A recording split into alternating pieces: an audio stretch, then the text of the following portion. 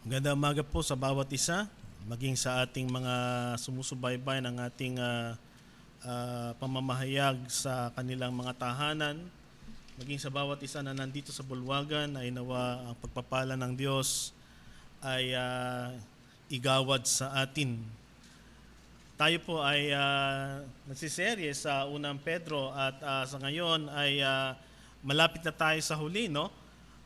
Isang chapter na lang at ito ay magwawakas na itong ating serye dito sa unang Pedro.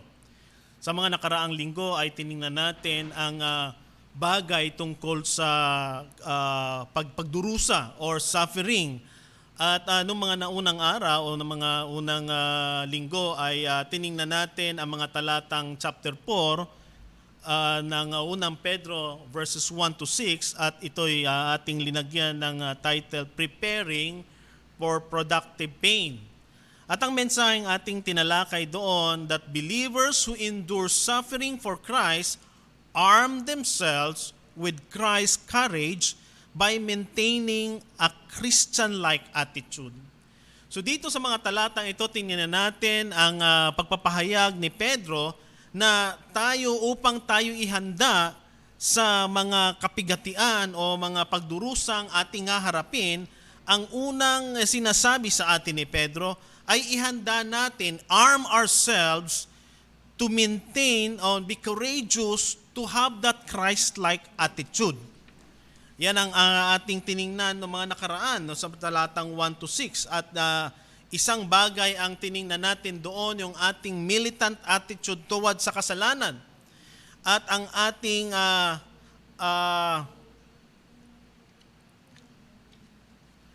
attitude, patient attitude sa bawat isa. No? Yan ang ating tiningnan sa mga nawawala o yung mga walang hindi pa nakakilala sa Panginoon. Yan ang isang bagay na binigyang pansin ni Pedro upang tayo ay ihanda yung ating attitude. Sapagkat merong bearing ito sa ating susunod na tiningnan na kung ang ating mga pamamaraan, yung ating attitude ay medyo magaspang, ay merong itong epekto sa mga taong nakakahalubilo natin sapagkat ang pangalawang puntong binigyan niyang pansin ay ang ating paglilingkod sa ating mga kapatid, sa mga taong nilalapit ng Panginoon sa atin. At ito yung ating serving by sufficient grace. Na ang sinasabi nating mensahe nating tinalakay doon that believers should endure suffering for Christ's sake, should diligently use their spiritual gifts to minister to one another with Christ-like service. So kaya may kita natin, merong connect, no? Yung ating attitude ang unang binigyang pansin ni Pedro dito sapagkat ito ay magiging magagamit natin pag tayo ay maglingkod sa iba.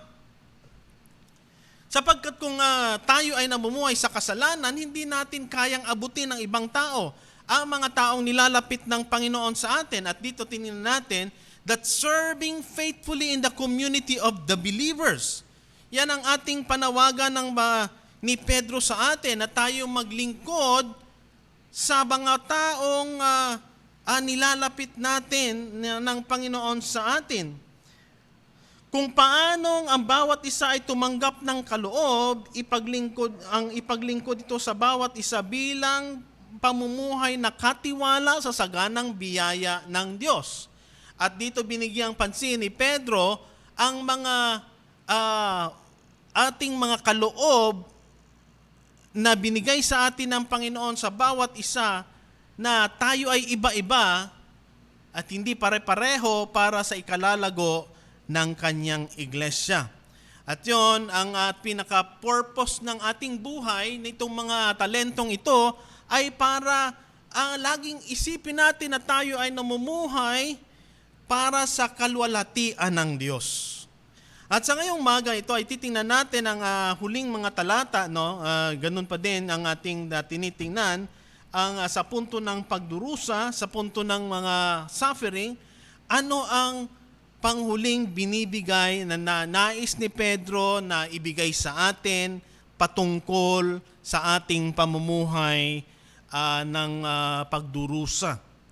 Makibukas po muli kayo sa ating teksto sa umaga ito sa unang Pedro, mga talatang chapter 4, mga talatang 12 hanggang 19. At yan ang pagsasara ng ating nakabanatang itong tinitingnan natin sa umagang ito.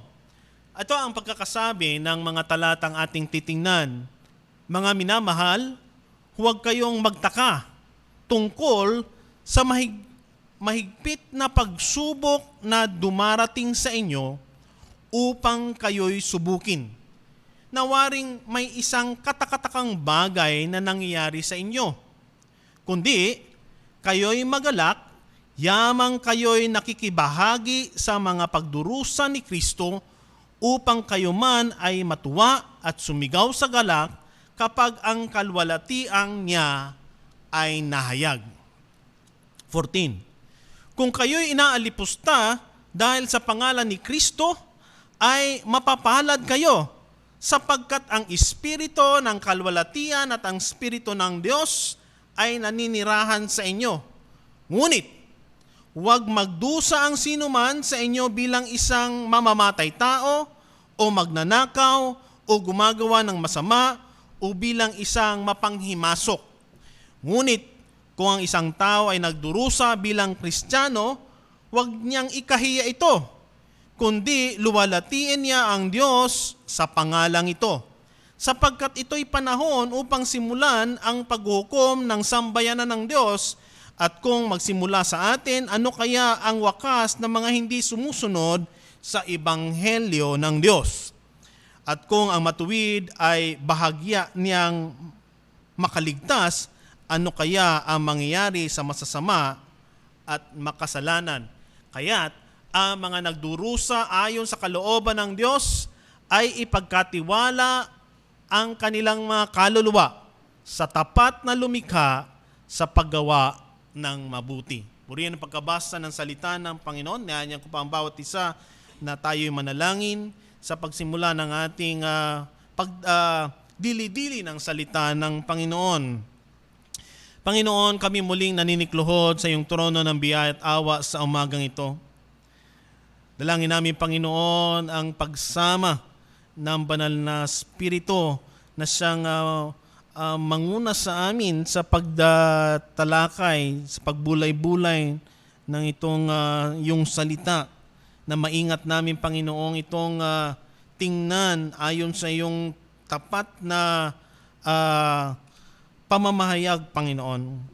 Dalangin ko, Panginoon, na ingatan mo ang iyong lingkod na sa pagbubulay-bulay nito na nawa ang tama at ang tama at ang iyong tunay na mensahe ang aming marinig sa umagang ito. Samahan po kami, Panginoon, sa pagdili-dili ng iyong salita at nawa isang bukas na puso't isipan ang dalangin namin upang ito'y maging profitable, kapakipakinabang para sa aming mga buhay. Salamat, Panginoon. Ito pong aming dalangin sa matamis sa pangalan ni Jesus. Amen. Sa umaga ito, isa pang bahagi na ating titingnan kung tinalakay ni Pedro ang isang ang panawagan tungkol sa isang Christ-like attitude at sa isang Christ-like service. Sa ngayon, ang kanyang panawagan ang ating pananampalataya. Isang mensahe ang ating nais dalhin sa umagang ito, that believers should rejoice when they share in Christ's suffering, that they may further identified with Christ with Christ-like faith. At ating titingnan, ano nga ba ang ating dapat maging attitude when we are in the presence or we are experiencing suffering, or ang ating buhay ay nasa punto ng mga paghihirap o mga kapaghatian o mga bagay na hindi natin mawari na ito ba ay galing sa Panginoon. Kaya nga, ang ating titingnan sa umagang ito, 4 na bagay, kung paano natin titingnan ang kapigatian o yung pagdurusa Isang bagay na pwede nating tingnan, sinasabi dito na ang pagdurusa ay isang realidad. This is a reality of the saints' suffering. Maliwanag naman sinabi dyan, mga minamahal, huwag kayong magtaka kung mahigpit ang napagsubok na dumarating sa inyo upang kayong subukin. At waring may isang katakatakang bagay ang nangyari sa inyo. May kita natin na ina-acknowledge ni Pedro dito na isang realidad sa buhay ng Kristiyano na tayo ay darating sa mga gantong pagkakataon. Ano ang dahilan? Sapagkat ang Panginoon natin ay dumaan din sa ganong mga kalagayan. Siya ay naghirap sa kamay ni Poncio Pilato. Siya ay pinahirapan. Hindi lamang ng mga Hudyo na kung saan imbes na siya ang palayain, kundi ang sinabi niya si Barabas ang ipalayain. May kita natin doon ang kanilang naisin na si Jesus ay parusahan. Ganon din kalagayan sapagkat ang ating Panginoon ay dumanas noon, hindi katakataka na tayo din ay dadanas ng ganitong mga pagkakataon. At ito'y isang realidad na dapat nating tingnan. May kita natin sa English, ang tinatawag na fiery ordeal, na sinasabi dito na ang ibig sabihin nito para itong isang nagbabagang apoy na kung saan tayo ay unti-unting tinutupok. Pero ang purpose nito ng mga pagsubok na ito ay para tayo ay masira, kundi tayo ay linisin sa kagamit-gamit para sa Panginoon. Ang isang example na makikita natin dyan, katulad ng ginto na pinapadaan sa apoy, ang isang lantay na ginto ay pinapadaan sa apoy upang ang anuman ang mga dumi na hindi dapat kasama niya ay matanggal. Yun ang ating tinitingnan. Ito ang inais isabihin sa atin ni Pedro na tayo ay pinadadaan ng Diyos na mga pagsubok na yon para anuman ang mga bagay na hindi kaya-aya sa atin ay tanggalin ng Panginoon for a greater purpose than that is for the glory of God.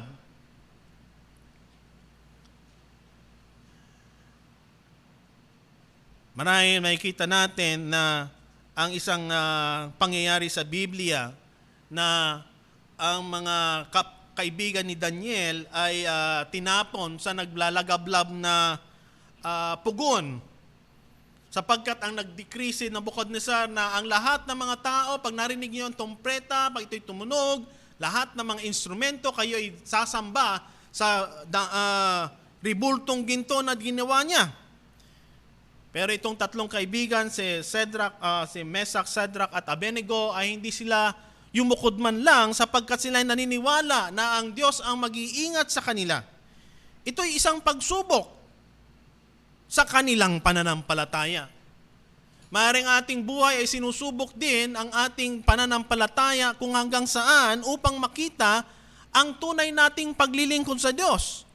Sapagkat pag hindi tayo pinadadaan ng mga ganong pagsubok ng Panginoon, paano natin makikita ang kadakilaan, ang pag-iingat ng Diyos sa ating buhay? Ito'y isang paraan para matest ang ating pananampalataya. Kung sa eskwelahan tayo nag-aaral, meron tayong eksaminasyon, sa ating buhay Kristiyano, itong mga pagsubok na pinadadala sa atin ay parang mga eksaminasyon ng ating buhay. At dito sa tatlong mga magkaibigan na ito, ni Shadrach, Meshach at Abednego, and in the midst of that fiery furnace, doon sa naglalagabnab na asopre, merong isang nakita doon, ang anak ng Diyos na kasama nila.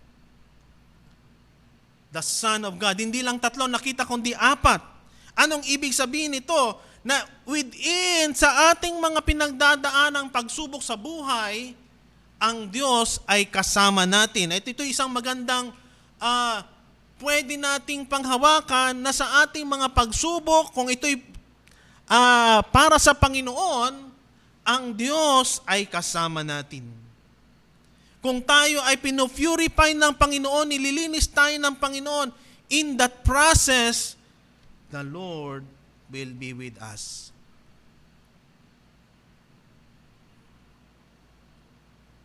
Kaya yung isang panawagan ni Pedro sa atin, expect it. That there is testing, that there will be a fiery ordeal. And that testing is not for our destruction, but it is designed so that in our suffering, it is implied that that fiery ordeal, it may be painful, but the divine purpose is always ultimate good. May kita tayong mga testimony ng mga tao na dumadaan ng mga matitinding pagsubok. Ano nangyayari? Mas nagiging solid yung kanilang panghawakan nila sa Panginoon. Mas nagiging solid ang pagtingin nila sa salita ng Panginoon sa kanilang buhay. Ang isang example ni Johnny Erickson Tada. Siya ay tinatawag natin na yung yung kanilang mga spinal ay yung mga kanyang mga nerve ay nasira yon. Kaya hindi niya na magalaw yung kanyang ulo, no? Ito nangyari nung siya ay minsan nag-swimming at yung pala ay masyadong mababaw at yun ay naging ordeal niya for life at hindi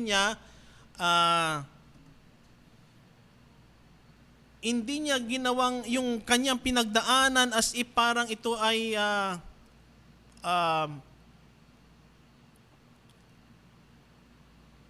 hindi naging pangit ang naging kalabasan ng kanyang pinagdaanan bagkus ito'y nakatulong sa kanya kung paano niya tingnan ng Panginoon lalo na sa kanyang kalagayan.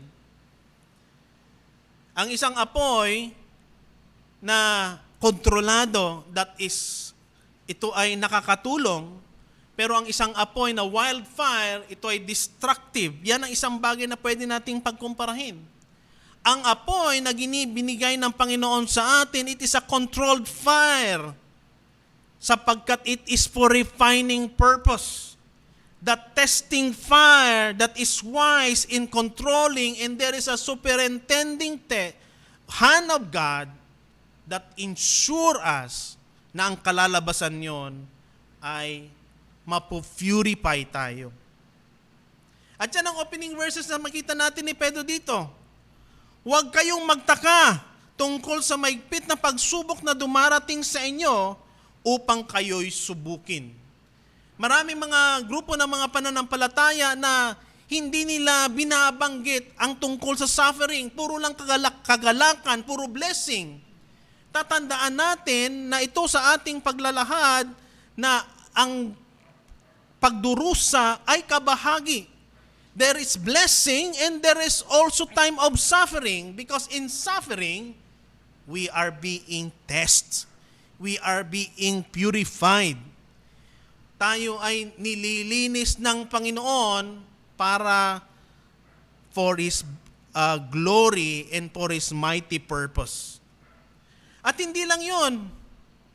Ang isa pang sinabi ng Panginoon dito, that suffering of the Christian produce such high and blessed end because the believer who suffer, ano nangyari? Nakikibahagi sila sa pagdurusang pinagdaanan ng Panginoon. They does not suffer alone, but they always in union with Christ. Hindi ibig sabihin yung suffering na pinagdadaanan natin ay parang kapalit ng ginawa ng Panginoon. No. Ang sinasabi natin, nakikibahagi tayo doon sa ginawa ng Panginoon. We are in union with Christ. Yung tayo ay nakakilala sa Panginoon, ay tayo tinawag niya bilang mga anak, ang kanyang pinagdaanan ay napagdaanan natin din.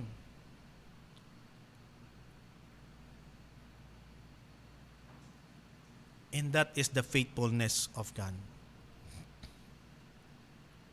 Lahat tayo na dumaraan, mga tinawag ng Panginoon, one day or a time, pwede tayong makaranas ng mga suffering na ito. At itong mga sinasabi sa atin ni Pedro ay para tayo ihanda natin ang ating sarili na kung dumating man yon, alam natin ang ating gagawin. We would expect that. And not only that, it is for blessing. Blessed. Kaya nga mayroon pang isang beatitude na makikita natin dito. Blessed are those who are suffering in Christ because Christ will be with them. Because God will be with them.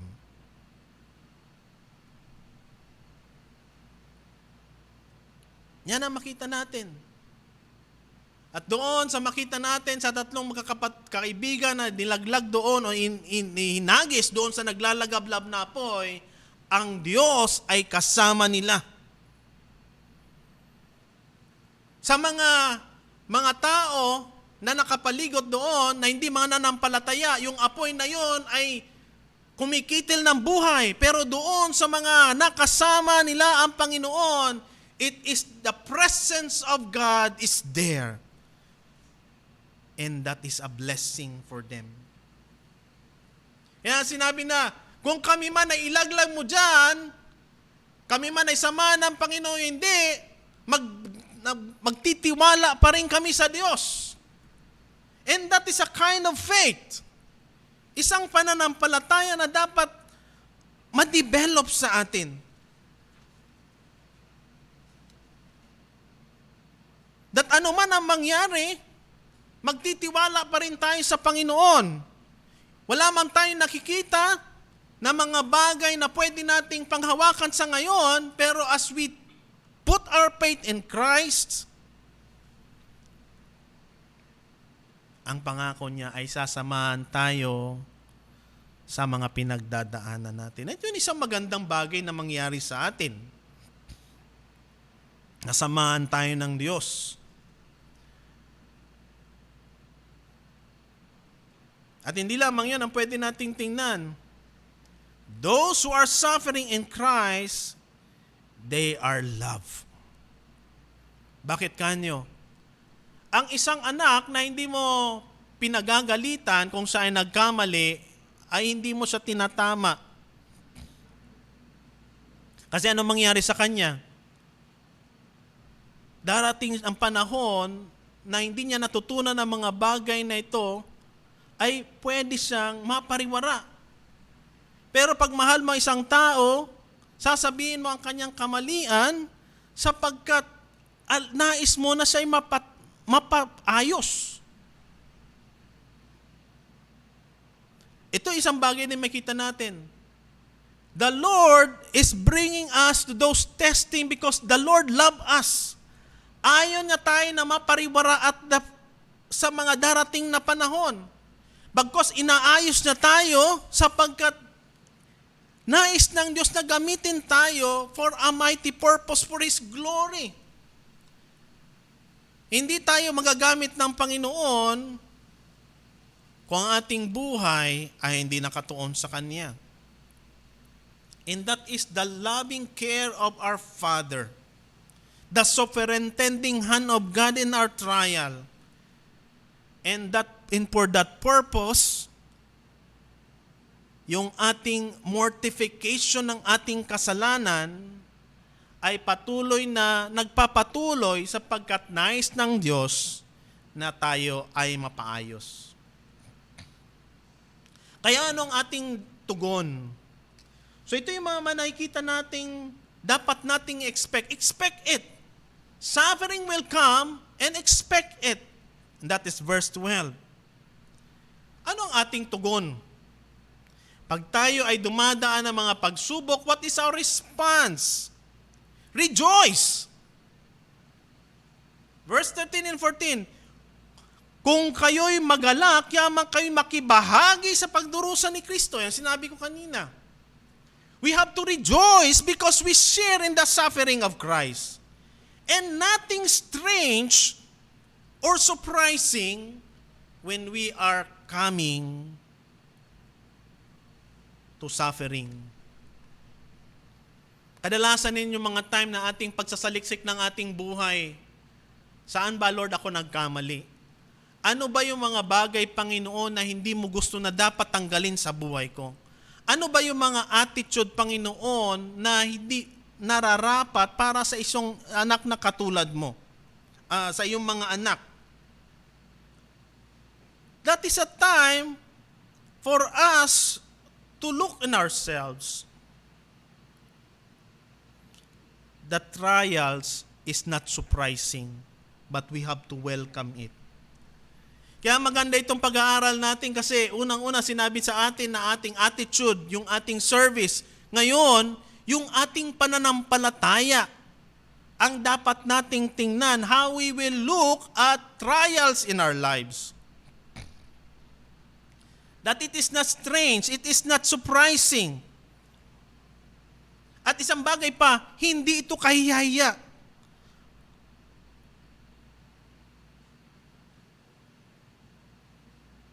Kung ang isang tao ay nagdurusa bilang isang Kristiyano, huwag niyang ikahiya ito, kundi luwalhatiin niya ang Diyos sa pangalang ito. Ano ba yung mga bagay na pinagdadaanan natin, na piling natin pagsubok ng Diyos ito sa atin? How do we go about it?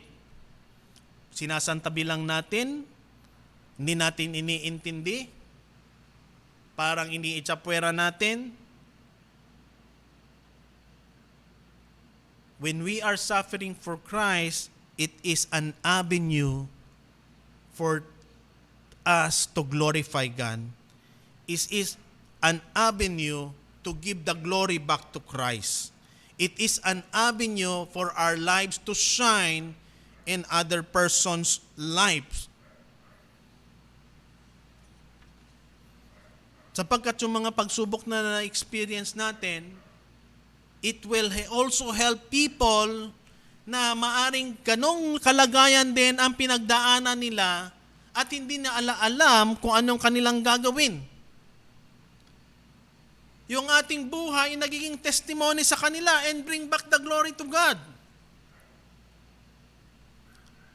Ang ating Panginoon, He was reviled, inalipusta, inabuso doon sa trial. Itong sinasabi ni Pedro, napaka-realistic sa kanya kasi siya mismo anong ginawa niya? Itinatwa niya ang Panginoon. Siya din yung apostol ng Panginoon na kung baka sabihin natin ay buso-buso, ibig sabihin hindi iniisip ko anong kanyang ginagawa. Hanggang sa tagpasin yung tenga ng isang sundalo nung ang Panginoon ay dinadakip na. Sinabi ng Panginoon, hindi ganyan ang paraan ng pamumuhay sa Panginoon. Kaya siya mismo na-experience niya ang mga bagay na ito sa kanyang buhay. To the point na nung ang Panginoon ay wala na, siya ngayon ang namamahayag ng salita ng Panginoon. To the point na siya ay nakulong dahil sa pamamayag ng salita ng Panginoon. Itong mga samut-saring pinagdaanan niya ay magsasabi sa atin na siya mismo ang naka-experience kung paano mamuhay ang isang Kristiyanong ng pagdurusa, and yet it would give glory to God.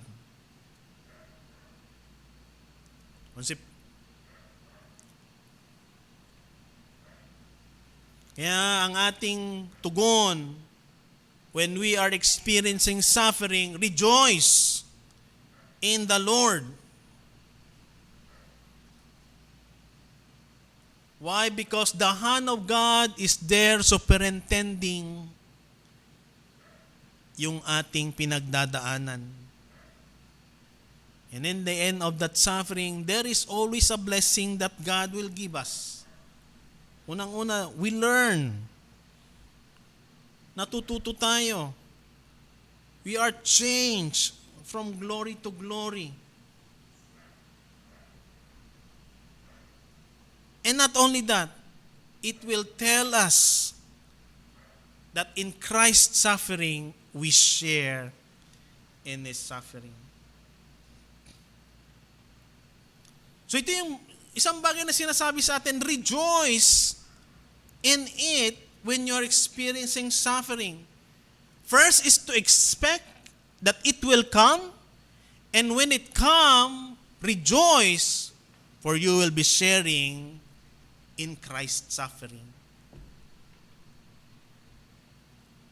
Sa buhay natin, ano ba yung mga bagay na pinagdadaanan natin ngayon na tingin natin ito ay isang pagsubok?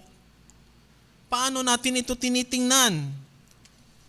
Nawa itong salita ng Panginoon o bigay sa atin ang pag-asa na itong mga bagay na itong inexperiensya natin, na nawa ito'y makapagbigay ng kalwalatian ng Panginoon. Pero hindi nagtatapos doon. Sa mga susunod na talata ng 15 hanggang 18, may isang bagay na sinasabi sa atin. Sa ating pinagdadaanan, let us evaluate ano yung cause nitong mga suffering na ito.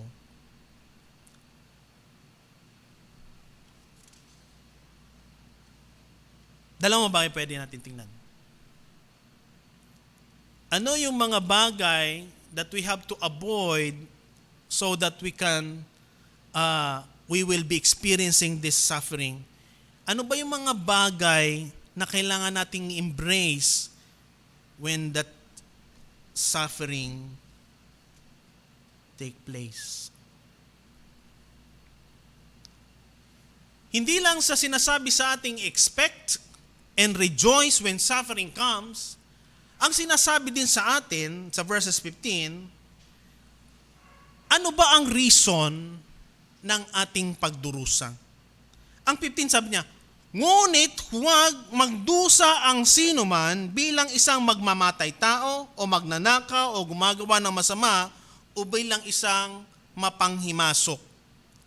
Ang sinasabi sa atin, may mga ginagawa tayo na sa ating sarili nating kagagawan na parang tayo ay magdulot ng pagdurusa sa ating buhay. At itong mga binabanggit ni Pedro dito, ang mga bagay na magdadala sa atin sa isang pagdurusa na hindi naman ayon sa kalooban ng Diyos dahil sa ating kasalanan. Kung kaya sinasabi, evaluate. These are things that we have to avoid. Una, pag nakapatay ka ng tao, merong batas, merong gobyerno na nakahabol sa iyo pag nagnakaw ka o pag gumawa ka ng masama. Ay siyempre magdurusa ka. Napaka-practical nito eh. Dahil mo sa kagagawan mo. Ang isang pwede nating i-apply sa atin, yung panghihimasok, yung pakialamero.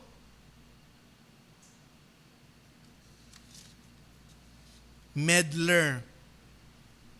Di ba may mga tao na mahilig makialam sa buhay ng iba? Hindi naman crime yon, pero anong epekto? Nasasangkot tayo lalo sa mga chismis, mga bagay na parang makatutulong sa atin para tayo ay masadlak sa isang pagdurusa na kagagawan natin. Di ba? Tayo ay nasasaglak sa mga usapin na hindi ko naman sinabi yun ah. Or kung tayo ay magiging political agitator o yung mga tao na sumusungulangat sa gobyerno para ibagsak sila. Sedition activities that will give to capital punishment, criminal punishment. Na imbes na tayo ay nagsusulong ng kapayapaan, ay tayo nagsusulong ng mga bagay na ikapapahamak din natin. So ito yung mga bagay na sinasabi sa atin na evaluate itong mga ating pinagdadaanan na mga suffering, baka naman ito'y gagagawa natin. Ay hindi yun nakakabigay ng kalwalatian sa Diyos sapagkat ito'y bunga ng ating kasalanan, bunga ng ating negligence, bunga ng ating pagiging careless, bunga ng ating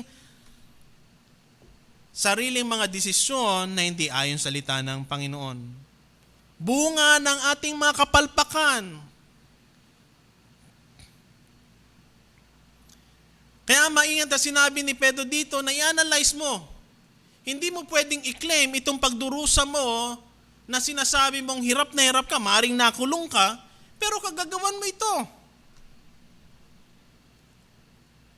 Ang sinasabi ng Panginoon dito, pag tayo ay nagdurusa dahil sa pamamahayag ng kanyang salita, dahil tayo ay tinatayuan natin ang ating pagkakatawag bilang Kristiyano, dahil tinatayuan natin na tayo ay Kristiyano at ito ang dapat kong attitude.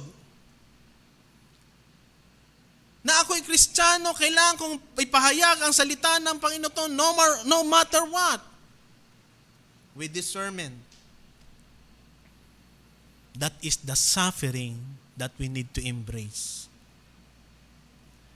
Alalahanin natin, yung mga sinusulatan ni Pedro dito sa talatang ito ay ang mga mananampalataya na sila ay pinarusahan dahil sila ay mga Kristiyano. Anong ginawa ni Nero? Itong mga Kristiyano na ito ay ginawa niyang mga parang pailaw, torch doon sa kanyang garden.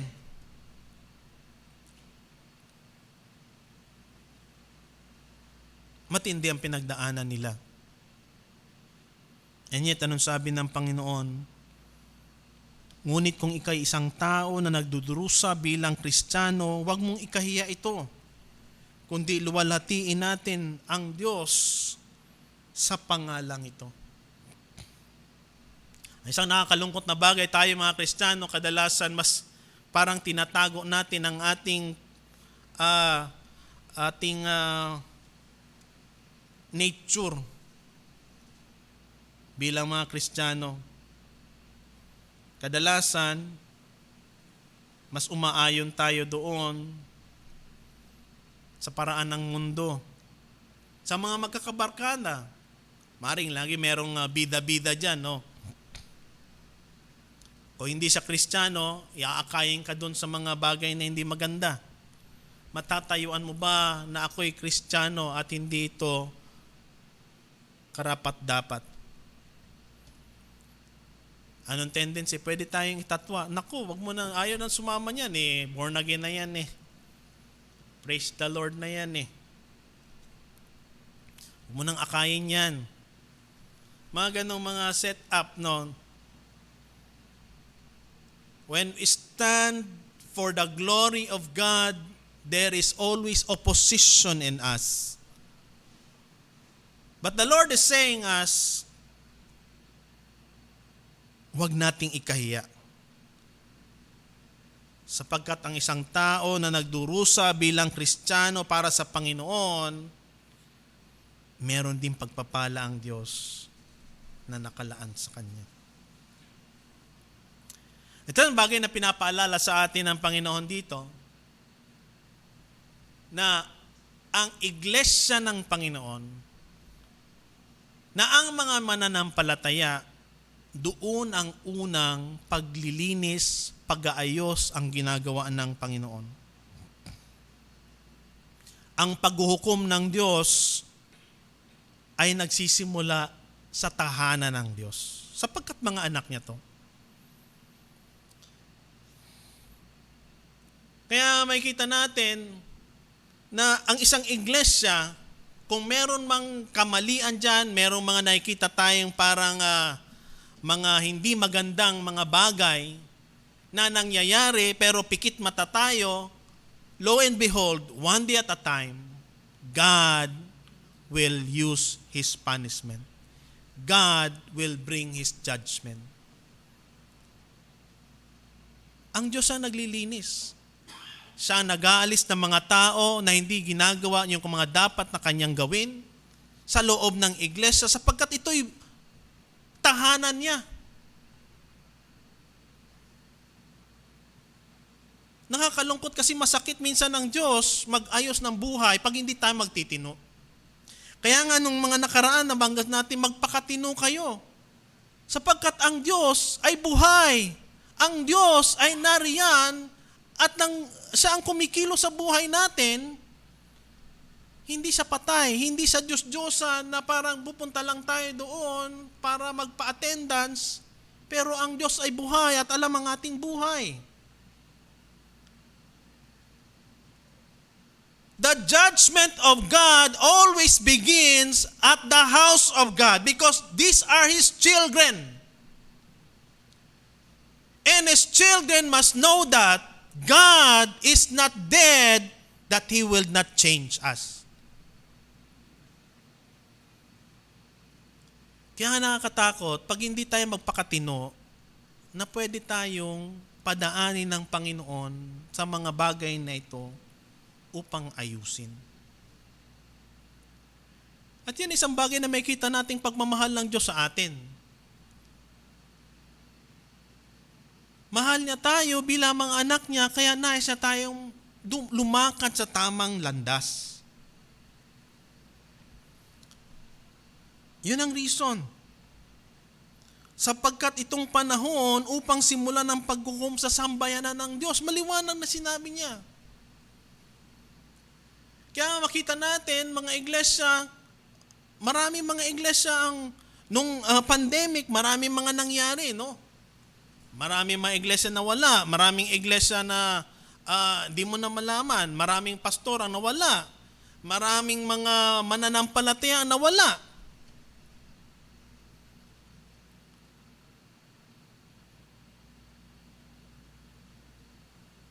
How much more? Kaya dito, kumusta ang ating pananampalataya sa Panginoon? Naglalaro ba tayo sa Panginoon? Or we are mindful that God is there and He always care for us. At yun ang pagmamahal ng Diyos na dapat nating ipasalamat. At ang bagay pa, at kung saan nagsimula sa atin, ano ang wakas ng mga hindi sumusunod sa ebanghelyo ng Diyos.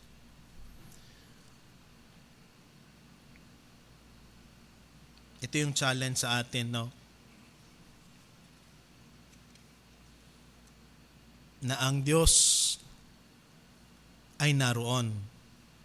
Ang Diyos ay sumasama sa ating mga pagsubok at siya ang naglilinis sa atin para magamit tayo. Challenges and difficulties for believers, they are only temporary, like a scaffolding, so that for us, we will produce the weight of the glory of God. At itong paglilinis ng Diyos, makikita natin na inaayos niya upang ang isang iglesia ay mag-function how it would be.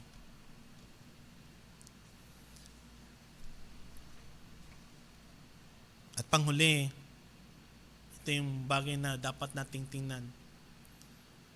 Tapos nating evaluate ang ating pinagdadaanan. Makita natin, no? Expect it, rejoice in it. Ito yung time na reflection. Evaluate it.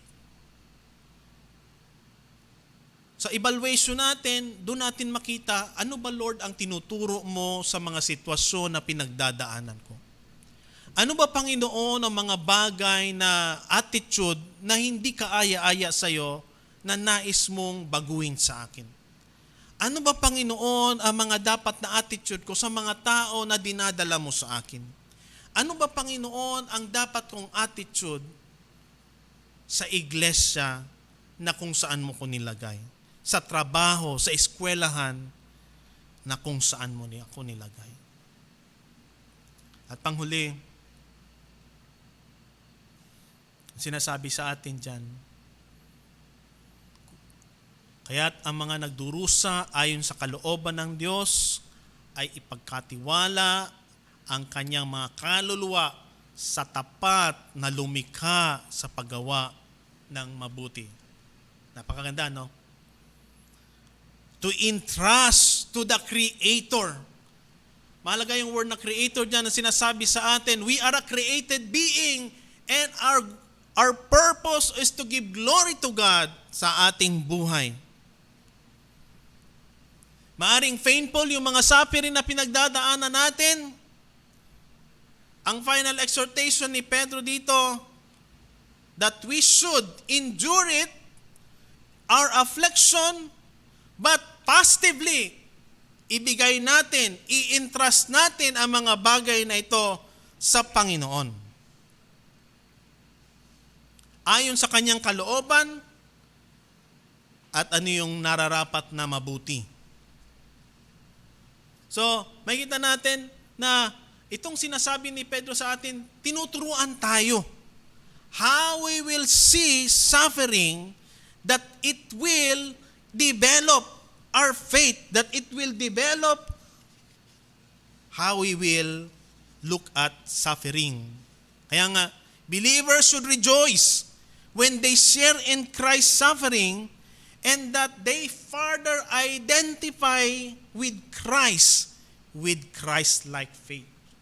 Yung ating pananampalataya ay nawa ito ay mas maging solid, maging matibay dahil sa mga pinagdadaanan natin, sapagkat nakikita natin ang Diyos na naroon maging sa ating mga pagdurusa, na hindi tayo pinababayaan ng Diyos, na ang purpose niya ay tayo ay maayos para sa ang ating buhay ang mabigay ng kalwalatian sa Panginoon.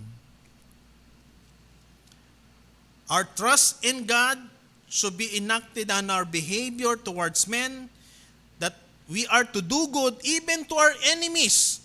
We are not to strike with our enemies, but Peter is telling us, we have to entrust everything to Christ. Kaya yan yung apat na pwede nating tingnan, no?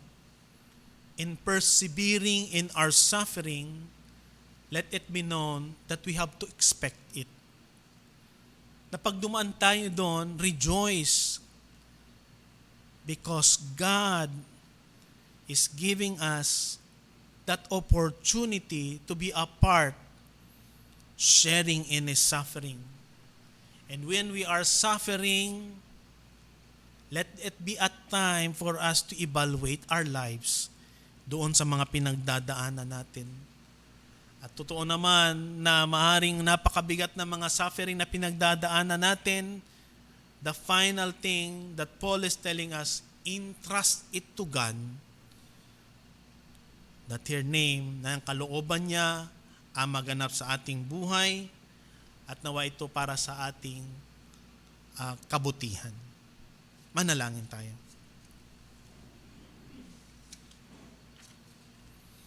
Panginoon, nagpapasalamat kami sa umagang ito sa iyong mga salita na makatulong sa amin kung paano namin titinan ang mga pagsubok, pagdurusa, pinagdadaanan namin. Salamat, Panginoon, sa iyong salita sa pamagitan ng aklat ni Pedro, na nawa, Panginoon, ang aming buhay, maging maayos ang aming attitude, ang aming pakikipagtungo sa iba in our service, and last but not the least, yung aming pananampalataya na nakatuon lamang sa iyo. Nawa, Panginoon, ay patuloy mong pag-alabin sa amin ang pagtitiwala sa inyo, na anuman ang mga sitwasyon dumaraan sa aming buhay, ay ipagkatiwala namin ito sa iyo. Kung kumamang Panginoon ay lumalakad ng malayo o hindi kaaya-aya sa iyong harapan, dalangin namin, Panginoon, ang patuloy mong pagbabago sa amin, na nawa kami mapabuti upang kami, ang aming buhay ay magbigay ng kalwalatian sa inyo. Salamat, Panginoon, sa mga paalalang ito, na nawa, Panginoon, ay patuloy mo kaming gamitin para sa iyong kalwalatian. Salamat, Panginoon. Ito pong aming dalangin sa matamis sa pangalan ni Jesus. Amen.